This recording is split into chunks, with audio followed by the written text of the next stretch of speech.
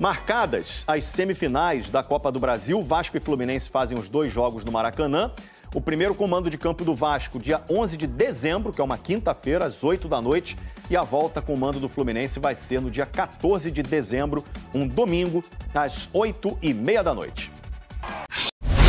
Olha aí, o Vasco voltou aos treinos e a boa notícia é o Ryan participou normalmente das atividades. A expectativa é que ele retorne na partida em casa contra o São Paulo, esse jogo que é no próximo domingo, né? O Vasco jogando em casa. Os jogadores terão mais 3 sessões de treinamento até o jogo de domingo, todas marcadas para o período da manhã com 10 horas cada um. Brincadeira. Mas é quase isso aí. Com 3 horas, com certeza. Aí, viu?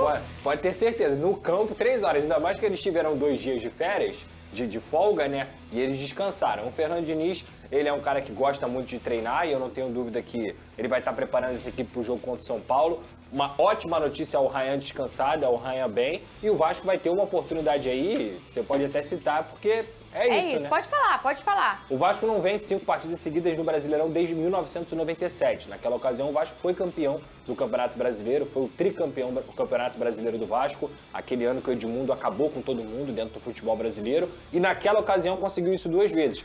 Cara, desde 1997, a gente está em 2025, são 28 anos sem conseguir vencer 5 seguidas no Brasileirão, que é algo muito difícil, tá? É verdade. Tá longe de ser fácil, ainda mais no momento atual, que todo mundo, assim, hoje você tem um nível maior de investimento, um nível maior entre as equipes, e o Vasco tem essa oportunidade contra o São Paulo. São 5 vitórias consecutivas. Seguidas no Brasileirão. Não é invencibilidade, tá, gente? Que empatar no futebol considera não perder. Isso. Aí você tá invicto se você empatar 50 vezes.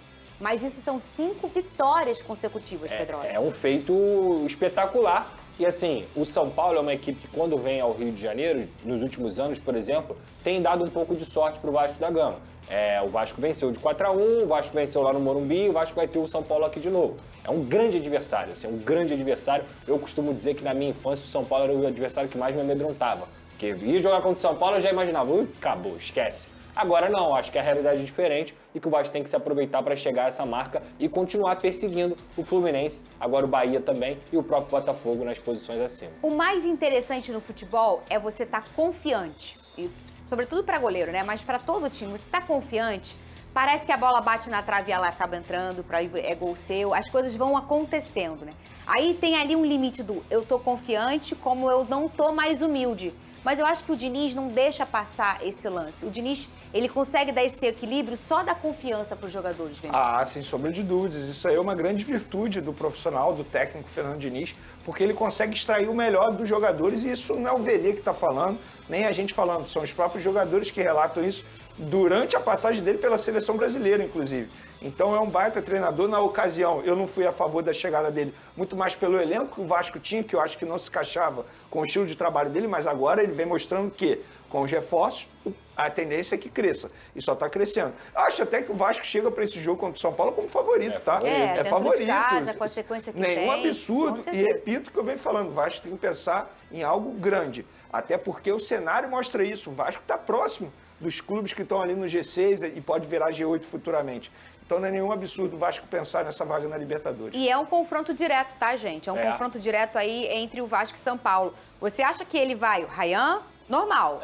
Eu acho que ele não vai mudar Ryan o time, volta, não. que o Quem Verratti, volta é ele, né? que não estava no último jogo. Pra quem não pescou, é que o Verratti entrou no lugar do Ryan no último jogo. Sim. E fez 2 gols. Então, mas ele tá voltando pra vaga dele, né, Pedrosa? Não, e quando eu tô falando quem volta é ele, o Diniz. O Diniz ficou suspenso no jogo contra a Red Bull também, Bragantino. E agora ele volta também.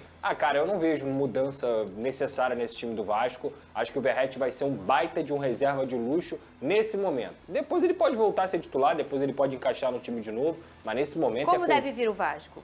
Léo Jardim, Paulo Henrique, Cuesta, Robert Renan, Lucas Piton, Barros, Tietê, Nuno Coutinho, Ryan e o Carlos Andrés Gomes. Viu como é que ele fala diferente até? Quase falou Verratti. Quase. Mano. Mas você vê que ele fala com veludo na voz. Isso é seleção, Pedrosa. Cuesta. Goleiro de seleção. Lateral de seleção. Camisa 10, gênio. Ryan Ancelotti. Falar nisso, pouco se fala sobre o crescimento do Coutinho, hein? Tá Não, jogando em outros muita lugares. bola. O Pedrosa aqui, ó, Tá a tecla jogando do Coutinho. E ele, muita ó. bola. O crescimento do Vasco não é coincidência. O Coutinho voltou a performar bem. Tem gente que vê futebol pelo aplicativo. Não, não velho. dá. Aí olha o aplicativo. Só pelo SofaScore não dá, pô. Não adianta. O aplicativo é muito bom, tá? Mas se não assistir jogo, esquece, vai falar besteira. Quem está fazendo uma competição espetacular nesse segundo turno é o Vasco da Gama, uma recuperação incrível. O elenco do Vasco se reapresentou nessa quarta-feira, depois de ganhar 2 dias de folga após a vitória sobre o Red Bull Bragantino no último domingo em Bragança Paulista. Apesar da violência no Rio de Janeiro, o clube não teve problemas durante a atividade no CT Moacir Barbosa, que fica na Cidade de Deus, na zona sudoeste da cidade, uma das regiões impactadas pelas operações policiais. O Vasco iniciou a preparação para o duelo do próximo domingo, contra o São Paulo em São Januário. Para esse jogo, o técnico Fernando Diniz deve contar com o retorno do atacante Ryan, que está em fase final de recuperação de um edema na coxa. Rodrigo Brandão. Vegeta, e a notícia do dia no Vasco foi a recuperação do Ryan. O jovem atacante de 19 anos se recuperou do edema na coxa sofrido na partida contra o Fluminense na semana passada e vem treinando normalmente, tanto ontem quanto hoje, nos treinos realizados no CT Moacir Barbosa. Uma excelente notícia para o Fernando Diniz, que pode contar com o atacante novamente na partida contra o São Paulo domingo em São Januário. Agora o Diniz vai ter mais 3 dias de treinos até o próximo sábado, com o elenco completo, e ele vai definir a equipe para esse duelo. Não deve ter novidade, apenas essa alteração, o Ryan voltando ao time titular na vaga do Verratti, e a dúvida é no meio-campo, né? A gente não sabe se ele vai manter o Tietê escolhido para atuar contra o Red Bull Bragantino na última rodada, ou se ele vai voltar a utilizar o Hugo Moura. Mas a principal notícia é essa, o retorno do Ryan, para a alegria da galera que vai poder voltar a cantar a musiquinha domingo em São Januário. Valeu, Vegeta. Que notícia boa, né? E era esperada hoje o Ryan, maior destaque vascaíno, de volta depois da boa apresentação do Verratti. Voltou a marcar gols. Pois é. Mas é claro que o Vasco com força total é melhor ainda. De volta aqui na Transamérica, que agora é TMC. Pra saber mais do Vasco. Troca a trilha aí, por favor, Sayão. Ninguém quer saber do Botafogo muito desse Vasco, sim. O Hugo Moura, ó, aspa polêmica do apresentador, porque são as circunstâncias. Lá vem. Ontem poderia não ser, mas hoje é. Opinião impopular. O Hugo Moura seria o meu titular. Eu também. Ué, é impopular, não. Por que é impopular? Foi barrado no último jogo. Não, mas a torcida muita gente já tá escalando o time ideal com o Tietê ao lado do Barros. É muito questionado pelo vascaíno. Muita gente quer o Tietê.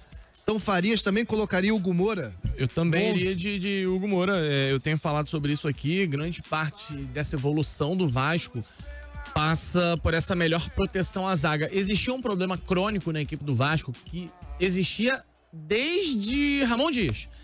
Qualquer time conseguia encontrar um espaço absurdo na frente da grande área do Vasco. Hoje em dia, futebol de alto nível, mesmo as equipes mais fracas conseguem realizar o mínimo de proteção nesse corredor central, para ninguém chegar de frente pro seu gol chutando. E no Vasco existe um espaço absurdo. O Vasco não conseguia encaixar uma dupla de volante que pudesse entregar essa consistência nessa faixa central do campo. E isso aconteceu primeiro com Barros e Jair por um curto período, e aí depois o Jair tem a lesão, e me parece que a melhor dupla de volantes hoje do Vasco é a dupla Barros e Hugo Moura. É claro que o Hugo, a gente já debateu isso aqui, ele tem erros, que são erros, né? Não são erros mais ou menos. Eu brinco que o Hugo, ele não erra pela metade. Ele quase sempre comete erros que são erros grosseiros. Mas o Tietê virou... atenção. O Tietê virou um jogador, eu citei já aqui no programa e numa transmissão.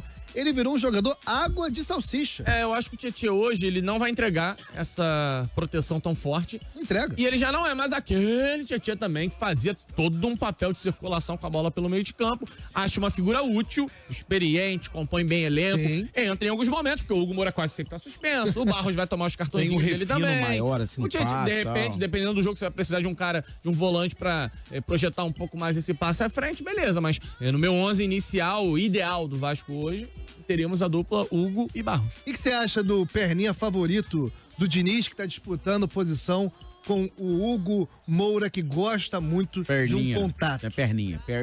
Gosta de um contato. Gosta. Cara, assim, eu gosto mais do Hugo Moura, acho que ele é mais fundamental para esse meio de campo do Vasco, acho que ele e Barros ali combinam muito bem. A única coisa, o único senão é a situação do cartão, né? Toda hora ele toma cartão, toda hora ele fica indisponível. É o pacote Hugo Moura, mas eu acho que num todo ele encaixa muito bem, já foi fundamental, inclusive com gols pelo Vasco, esse ano de 2025. Acho que, assim, ele também encontrou o Barros, que hoje é com Barros em campo, o Vasco não perde, tem essa estatística, eu acho, né? Não, o Barros é absoluto. Cara. Então, mas o Hugo Moura, eu acho que hoje ele é mais fundamental para o time do Vasco do que o Perninha, que já foi um jogador mais fundamental, um jogador mais útil, até pela idade dele hoje. E assim, vamos falar bem do Vasco, vamos? O Vasco tá jogando um negócio chamado futebol. Eu acho exagerado. Pratica o esporte futebol. O Vasco do Diniz tem uma campanha extraordinária no segundo, a melhor campanha do segundo turno ao lado do Palmeiras. Então, assim, temos que bater palma pro Vasco, que pra mim, Vegeta, eu tô cravando aqui, o Vasco estará na Libertadores em 2025. Eu estou cravando aqui. Me cobrem depois. @ me xinguem depois. Rodrigo, @ setorista Vasco, visitante. O Vasco... Por que visitante? @ Vasco é local. Tô jogando pra Vasco galera. É local no Brasil inteiro. O Vasco estará na Libertadores. Aliás, teremos os 4 cariocas na Libertadores 2025. Farias, eu tá confete na minha própria pessoa ou você me ajuda? Porque, assim, as pessoas confundem. Vamos lá. É melhor assistir o Vasco hoje do que assistir o Flamengo? No Rio de Janeiro? Cara, mas aí você acha que essa comparação ela é justa? Não, Vasco? a gente tá falando, ele tá jogando lá em cima o negócio. Mas é dentro do contexto do Vasco. O Vasco joga um bom futebol. Eu não acho. Acho que o Vasco não tem que ser comparado nem com o Flamengo, nem com o Palmeiras, nem com ninguém. Eu não acho nem muito bom assistir o Flamengo. Tem os jogos de brasileiro que tá difícil. Não, pois é, alguns jogos é muito nem mais o Flamengo competitivo joga. Do que bonito. O Vasco, na minha opinião, a mesma coisa. O jogo do Vasco jogando bem é contra o Santos, bem que eu digo assim, jogando muita bola. Mas eu acho que você tá querendo dizer jogando bonito. É, bonito, isso. O Vasco é competitivo, o Vasco tá bem, o Vasco merece a plaza, é a melhor campanha. Mas começa esses exageros que o Rodrigo Machado tá fazendo. Nossa, Torarelli, você tem que entender o contexto do Vasco. Eu não acho que... Eu não cobro futebol bonito nem do Flamengo nem do Palmeiras, pô. Acho que eles têm que ser equilibrados, regulares, porque possuem peças para isso. O Vasco, que tem um elenco muito mais limitado, infinitamente mais limitado do que os elencos de Flamengo e Palmeiras, por exemplo, consegue um segundo turno emparelhando com o Palmeiras e maravilhoso. Mas você entendeu meu ponto? É um bom futebol. O bom futebol, ele, no meu entendimento, não é só um futebol bonito de lambreta, chapéu, caneta, tabelas rápidas, golaços. Não, um bom futebol, um futebol equilibrado, um futebol que você consegue produzir um bom número de chances. E o Vasco apresenta isso. Eu acho que cada equipe tem um contexto. Não concordo muito com essas comparações. Quem joga mais futebol? Pô, mas é óbvio que é obrigação do Flamengo jogar um futebol mais bonito que o do Vasco. É só olhar as peças que cada um possui. Eu acho que o Vasco começa, e é principal, tá? E você pega o Fluminense em 2009, que eu citei aqui, na recuperação, e o Flamengo em 2007, que eu acompanhei. Recuperações, né? O Vasco tem um sistema defensivo muito sólido. Isso é bom futebol. Isso é bom futebol. E aí são as contratações. Se a gente falou mal das contratações do Fluminense, o Vasco foi muito fundamental no mercado. Trouxe o Cuesta, trouxe o Robert Renan, a proteção à zaga também melhorou. Barros, integrado, então, a proteção à zaga melhorou e o Vasco passou a sofrer menos, né? Menos arremate, menos gols. E tá com uma campanha aí que, cara, se mantiver até o final, vai pra Libertadores. Vai. Isso. O Léo Jardim voltou a agarrar bem, né? Voltou a ser fundamental, voltou a desequilibrar. É uma discussão mais pra frente também. E é isso, assim, porque... não tem como você bem colocou, exigir desses times que estão em recomposição um futebol arte, um futebol bonito. Às vezes nem os que estão lá na frente fazem. Exatamente. Por isso que eu trouxe o Flamengo pra discussão de início. Porque nem o Flamengo consegue jogar bonito e ser tão empolgante assim, quanto mais... Nem o Palmeiras. O Palmeiras não tem um futebol encantador. Eu só trouxe isso pra ponto, porque às vezes outros times, Botafogo não, mas outros times... sofrem com esse desequilíbrio, que é normal, oscilar durante a temporada é absolutamente normal. Se é Vasco, tá na colina.